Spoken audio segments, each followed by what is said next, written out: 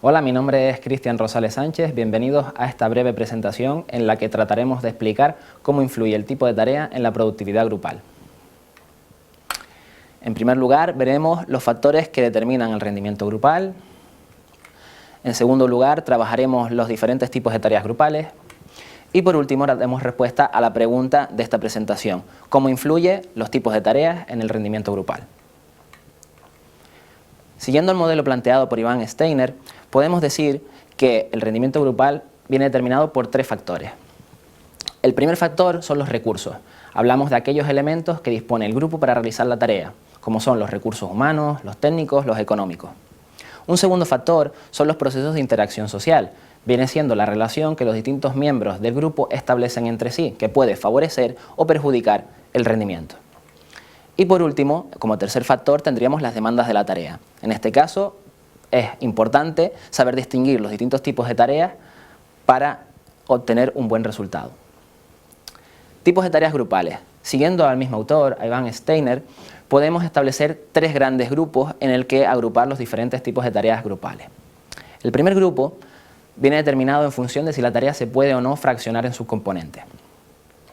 La primera de ellas son las divisibles. Como su propio nombre indica, son aquellas tareas que pueden dividirse en subtareas, como son preparar un menú de 5 platos en el que el chef delega las diferentes características de cada plato, ingredientes o componentes del plato al resto de personas bajo su supervisión. Construir una casa, como son el arquitecto, el aparejador, fontanero, carpintero, todos ellos participan en la construcción de la casa. O jugar un partido de fútbol, que van desde el portero hasta el delantero, pasando por centrocampistas y defensas. Todos ellos tienen diferentes funciones dentro del partido. En segundo lugar, tendríamos las unitarias. No existen sus tareas y son, por ejemplo, leer un libro, resolver un problema matemático o tirar de una cuerda.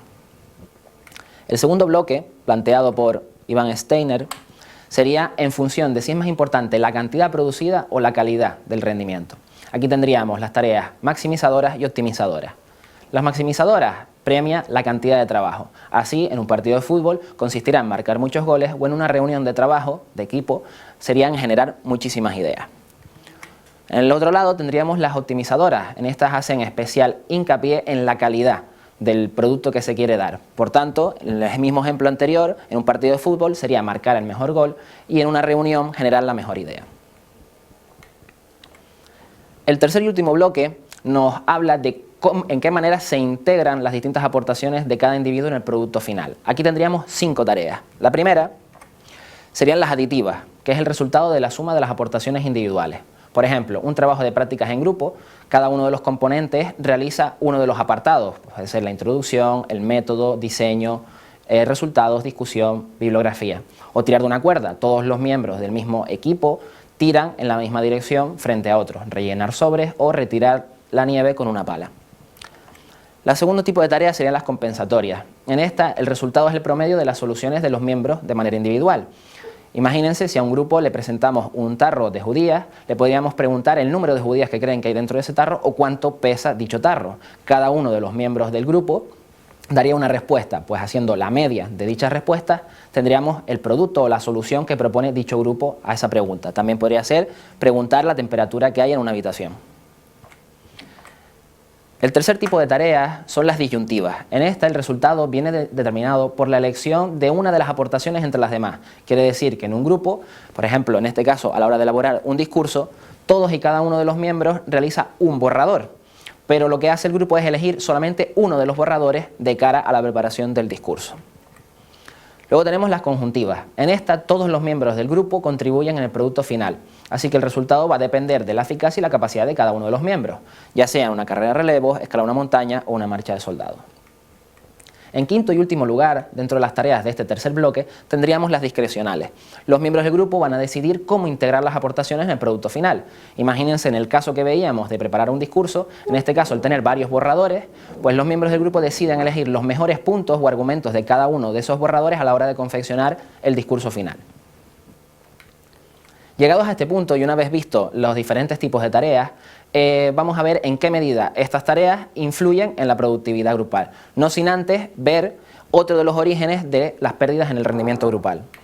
El primero, que no es asociado al tipo de tarea, es el déficit en la coordinación. Como sabemos, en los grupos de trabajo, ya sea establecido previamente o surgido de manera espontánea, hay un coordinador encargado de gestionar pues, las diferentes aportaciones de los miembros del equipo de trabajo. Por ejemplo, ante una tarea aditiva, que puede ser tirar de una cuerda, la coordinación tendrá menos importancia que una tarea conjuntiva, carrera de relevos o un partido de fútbol. El segundo origen, respecto a las pérdidas en el rendimiento grupal, sí va relacionado estrechamente con el tipo de tarea grupal. Fíjense que es la disminución de la motivación de los miembros del grupo ligada al tipo de tarea que tienen que realizar.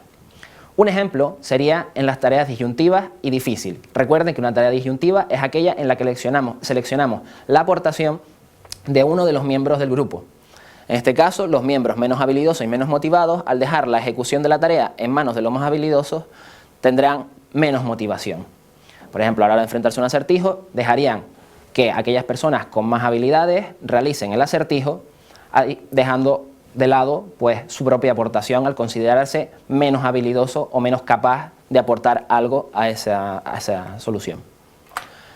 Luego tendríamos una tarea conjuntiva y difícil, por ejemplo. En este caso tendríamos que los miembros más habilidosos, menos motivados, al tener que esperar a que todos los miembros realicen la tarea. En este caso, al escalar una montaña, aquellos que son más capaces de avanzar más rápido a la hora de escalar la montaña tendrán que esperar por aquellos miembros a que realicen la tarea o lleguen a determinados puntos de la escalada. En resumen, hemos visto que los factores del rendimiento grupal son tres, son los recursos, la interacción social y la tarea. Dentro de las tareas hemos visto que hay tres grandes bloques. El primero es si se puede o no fraccionar la tarea, serían las unitarias y las divisibles. En segundo lugar, si prima la calidad o la cantidad, aquí tendríamos las maximizadoras y las optimizadoras. Y en tercer lugar, tendríamos en función de cómo se integran las aportaciones de los distintos miembros del grupo de trabajo. En este caso serían aditivas, compensatorias, disyuntivas, conjuntivas y discrecionales.